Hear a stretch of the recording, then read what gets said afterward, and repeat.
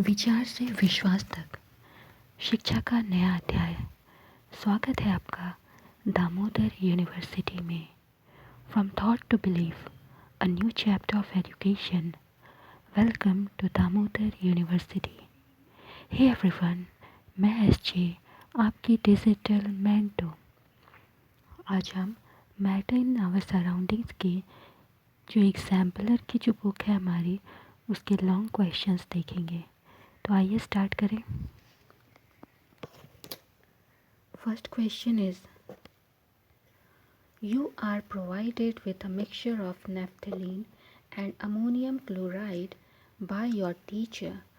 आपको आपकी टीचर ने नैप्थलीन और अमोनियम क्लोराइड का मिक्सचर दिया है। Suggest an activity to separate them with all label diagrams. आपको इन्हें सेपरेट करना है। इनको सेपरेट करने के लिए डायग्राम के साथ में आपको बतलाना है कैसे सेपरेट करेंगे। तो सबसे पहले हमने क्या लिया है, इसमें एक स्टैंड है हमारे पास में, एक फनल ट्यूब है, एक टेस्ट ट्यूब है, एक फिल्टरेट है। देन यहाँ पर जो हमारा मिक्सचर था उस मिक्सचर को हमने इसमें डाला हुआ है। एक बीकर है हमारे पास में, ग्लास रॉड है, वाटर है, साथ में एक कंटेनर है जिसमें कि अमोनियम क्लोराइड रखा हुआ है।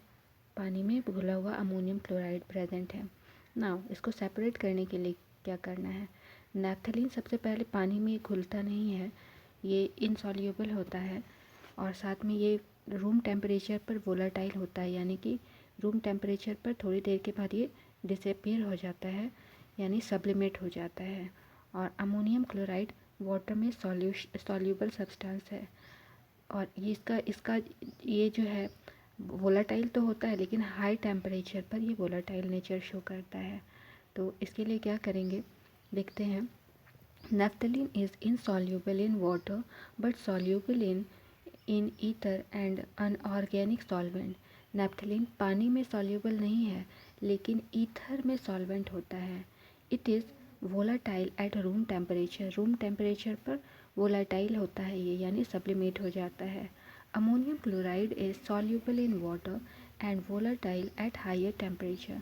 अमोनियम क्लोराइड वाटर में सॉल्यूबल होता है और हायर टेम्परेचर पर ये वोलाटाइल नेचर शो करता है। It decomposes on heating to dryness. इसको डिकम्पोज करना है। तो ये कब डिकम्पोज होता है, जब heating to dryness, when it will heat to dry. Next question is, it is a hot summer day. Priyanshi and Ali are wearing cotton and nylon clothes respectively. Priyanshi और अली हैं गर्मी के मौसम में। प्रियांशी ने कॉटन का ड्रेस पहना है और अली ने नायलॉन का ड्रेस पहना है। What do you think would be more comfortable and why? अब इन दोनों में से कौन सा कपड़ा ज़्यादा कंफर्टेबल होगा और क्यों? Cotton, being a better absorber of water than nylon, helps in absorption of sweat followed by evaporation, which leads to cooling. Nylon के कंपैरिजन में हमारा जो कॉटन होता है उसमें वाटर रिटेनिंग कैपेसिटी ज़्यादा होती है, तो जितना ज़्यादा रिटेन कर पाएगा इवापोरेशन का रेट उतना ही बढ़ जाएगा। बॉडी से हमारा जो स्वेट हमारा रिलीज़ होगा वो कॉटन का कपड़ा अब्सॉर्ब कर लेगा और इस वजह से इवापोरेशन का रेट वहाँ पर बढ़ेगा। तो जैसे इवापोरेशन का रेट बढ़ेगा हमें कूलिंग इफ़ेक्ट फील होगा।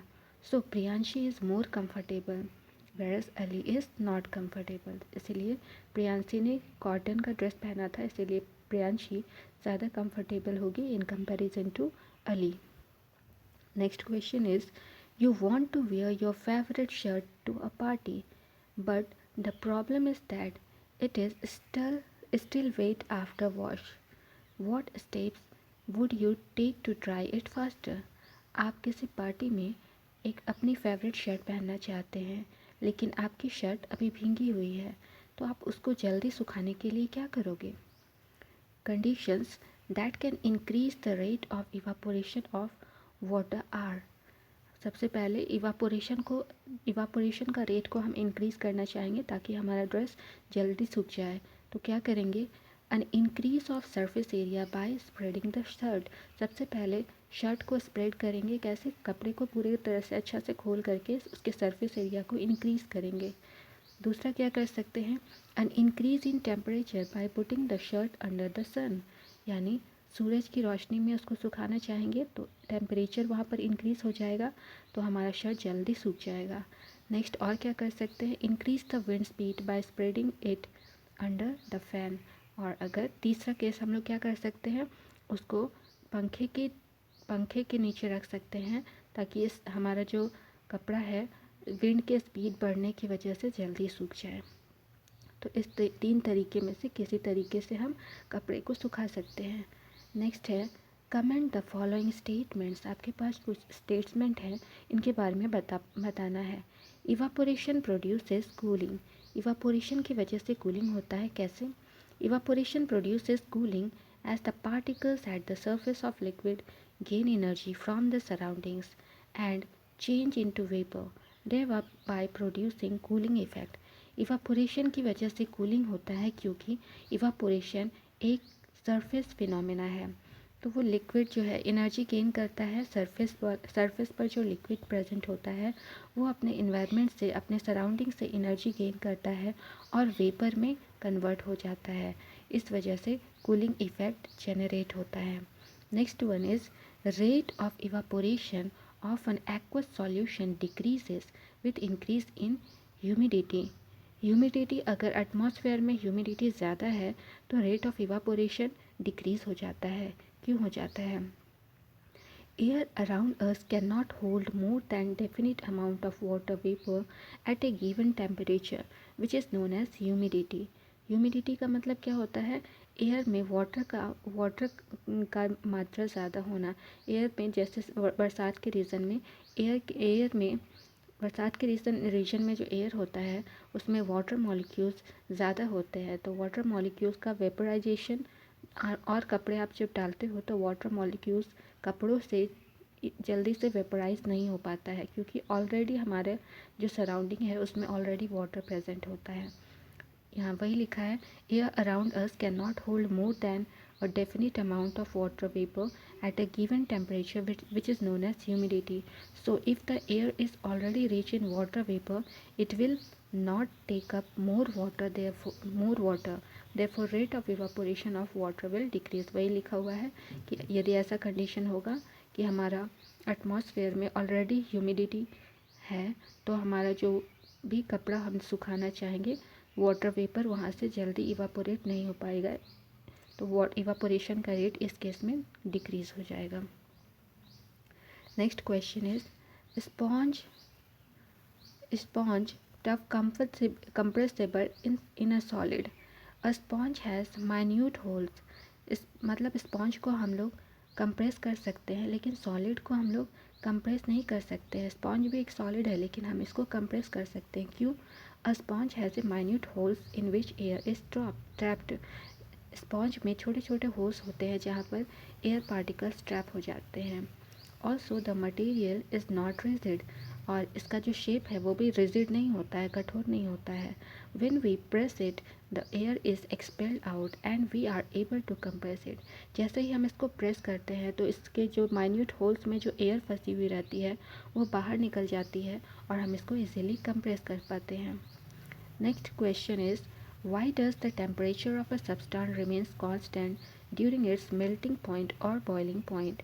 किसी भी सब्सटेंस का टेम्परेचर उसके मेल्टिंग पॉइंट और बॉइलिंग पॉइंट पर उसका टेम्परेचर कांस्टेंट रहता है, ऐसा क्यों होता है? The temperature of a substance remains constant at its boiling and melting points until all substances melts or boils, because the heat supplied is continuously used up in changing the state of the substance by overcoming the force of attraction between the particles। यहाँ पर इसका temperature नहीं change होता है, इसलिए नहीं change होता है क्योंकि जो टेम्परेचर हम सप्लाई कर रहे हैं वो टेम्परेचर कहाँ यूज़ होता है? मैटर में जो सब्सटेंसेस, जो पार्टिकल्स प्रेजेंट होते हैं उनके स्टेट को चेंज करने में इस टेम्परेचर का यूज़ होता है। मैटर के पार्टिकल्स के बीच में जो फोर्स ऑफ अट्रैक्शन होता है उससे को ओवरकम करने के लिए इस हीट का यूज़ होता है। This heat energy absorbed without showing any rise in temperature is given the name latent heat of fusion और लेटेंट हीट ऑफ वेपराइजेशन। तो ये हीट जो एब्जॉर्ब हो गई थी, हमारा जो भी वाटर था या फिर बर्फ़ था, वो कहाँ यूज़ हो गई थी? वो यूज़ हो गई थी इंटरमॉलिक्यूलर फोर्स, हमारा जो सब्सटेंस था उसके पार्टिकल्स के बीच जो फोर्स ऑफ अट्रैक्शन था उससे ओवरकम करने के लिए। तो ये हीट हमें इंक्रीज़ इन टेम्परेचर के फॉर्म में नहीं दिखाई दी थी। तो इस हीट को हम लैटेंट हीट ऑफ वेपोराइजेशन या फिर लैटेंट हीट ऑफ फ्यूज़न के नाम से जानते हैं। तो बच्चों, ये थे हमारे एग्जाम्पलर में प्रेजेंट जितने लॉन्ग क्वेश्चंस थे, ये उनका सॉल्यूशन था। तो इसी के साथ में ये चैप्टर भी फिनिश होता है। यदि कोई भी डाउट हो तो डीयू के कमेंट सेक्शन में अपना सवाल ज़रूर पूछिए। मैं हर एक लर्नर को रिप्लाई देने की कोशिश करूँगी। Okay then, keep learning, keep growing only at DU. मिलते हैं अगली क्लास में एक नए टॉपिक के साथ। Till then, bye bye.